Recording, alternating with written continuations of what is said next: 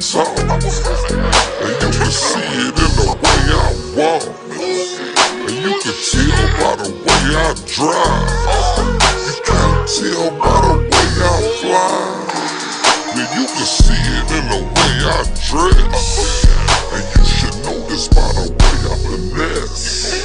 Or you can see it way before I come. Ain't gotta say where I'm from, don't act dumb, I'm from Oakland. The dad by God, aka the father figure. And we're gonna take this R1 out finally just to see what happens.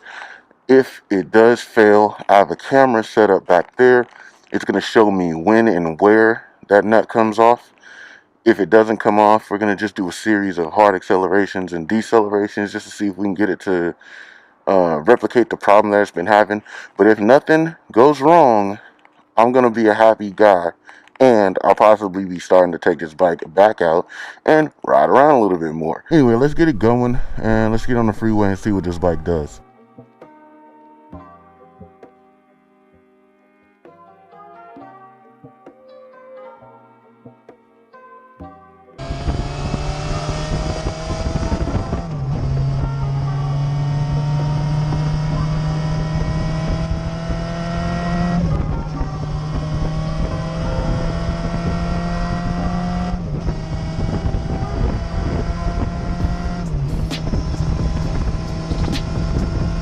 Mad windy.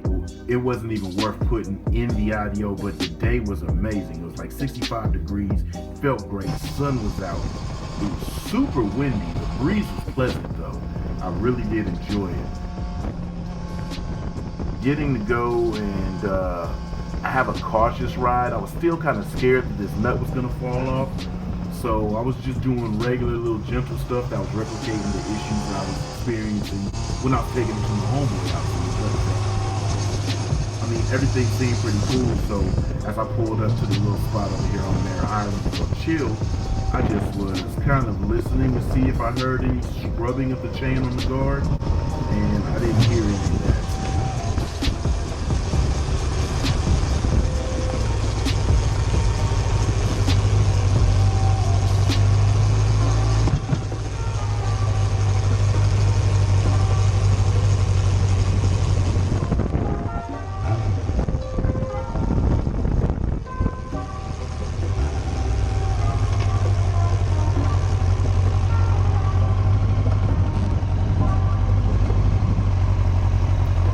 Everything looked pretty solid. It didn't slide left and right, so I knew it was still in place and intact. So here I go. I'm setting up the camera. It was so damn windy, it was blowing it over. I was trying to look for a solution so I could hold the tripod up without it blowing over when I got the camera on it. This damn pallet was just way too freaking heavy. It was bending the tripod, so I'm like, shit. I'm looking around and I see some rubber. Somebody burned some rubber and took off some bonquisha hair. Hell yeah, that's just what I need. Thank you for the sideshow activities and dropping it straight on the tread. So I tied that thing up on this damn pallet, and that really made it, you know, that gave me enough sturdiness to feel comfortable about setting my GoPro up there. See? Worked just like a glove. So now I go to jump on this to kind of show y'all, because some people always ask me about like where and how do I get to learn the bike? How do I become a better rider? Do I take an MSF course? And my thing is, nah, a big area like this should be playground heaven to you.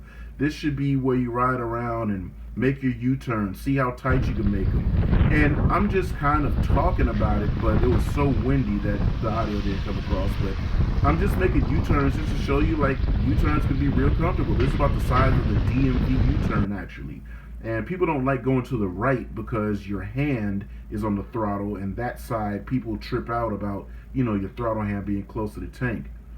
This right here, I was inspired by the motorcycle gymkhana, and I was like totally trash. I would never even be ready for this at the moment. I probably put some of that in on this clip right here.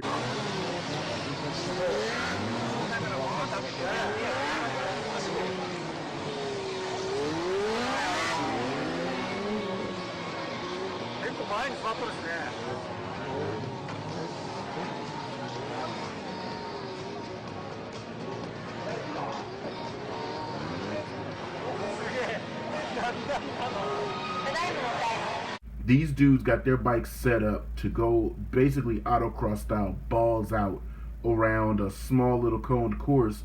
And that's just kind of like what I was trying to replicate here, but it's so goofy looking with me on this big ass 1000. Some dudes do use 1000s, but I mean the bikes are super set up for that. I'm sliding around skidding, being hella goofy and shit, but I mean that's kind of the fun that you get to have on a motorcycle. You can be out and about, and if you got an open spot, you just ride around and explore the bike and just experience the grip and see what it does. But because these tires, remember, they're still brand new, I didn't have the confidence in those tires not being about to let me hit the pavement, so I was just testing them out and seeing how they were. Now we get to mob back home.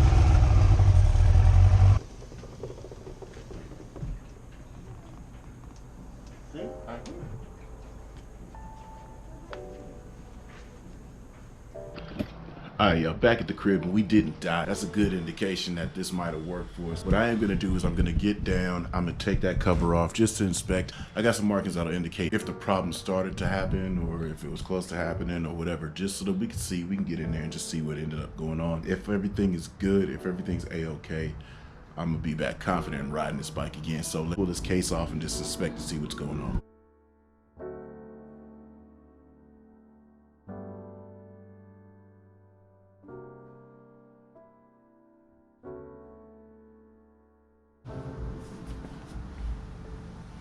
Look, that looks perfect. That's exactly what I wanted it to do. Nice. Now, I don't think that it's going to stay on there like this, but I'm just going to indicate on the sprocket. So there, if it does ever twist, not like we wouldn't be able to see the twisting there, but if that line is moved, obviously we know it's all bad. So that definitely worked. We're back to operating. I'm hyped.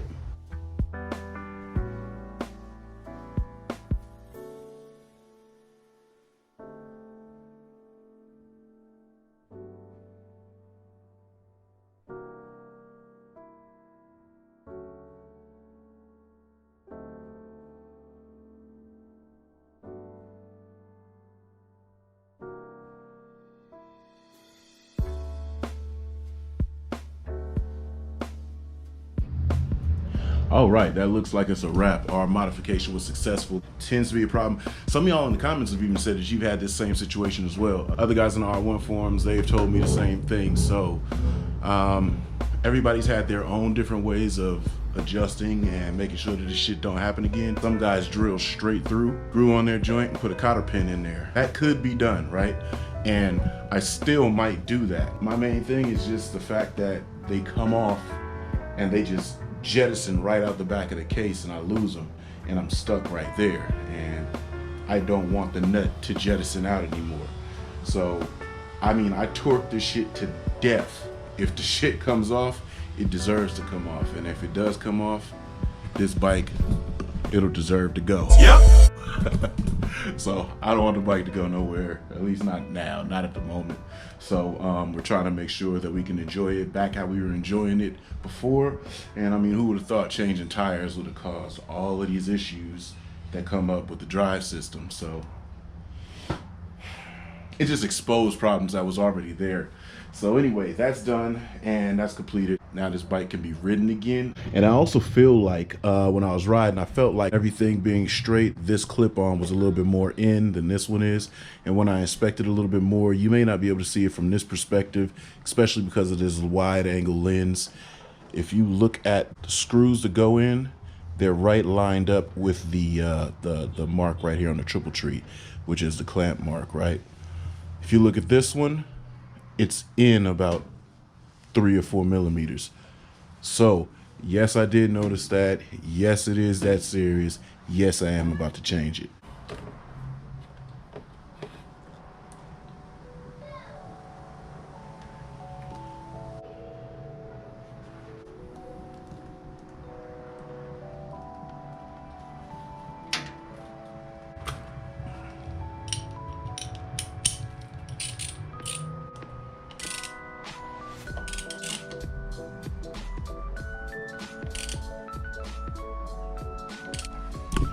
All right, now that looks like money to me.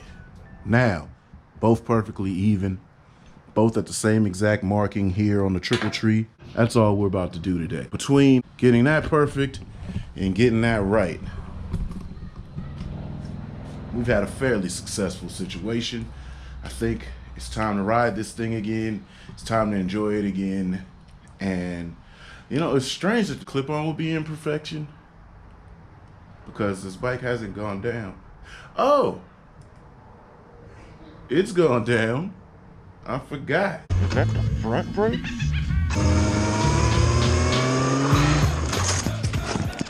Yeah, that's where that mark came from. Slightly overlooked the fact that it got misaligned when I backed. So see, that's what I'll be talking about. When I was riding, I was like, it doesn't feel perfect, because these two have been the last 2 bikes that I've ridden. I haven't ridden this in like 2 weeks.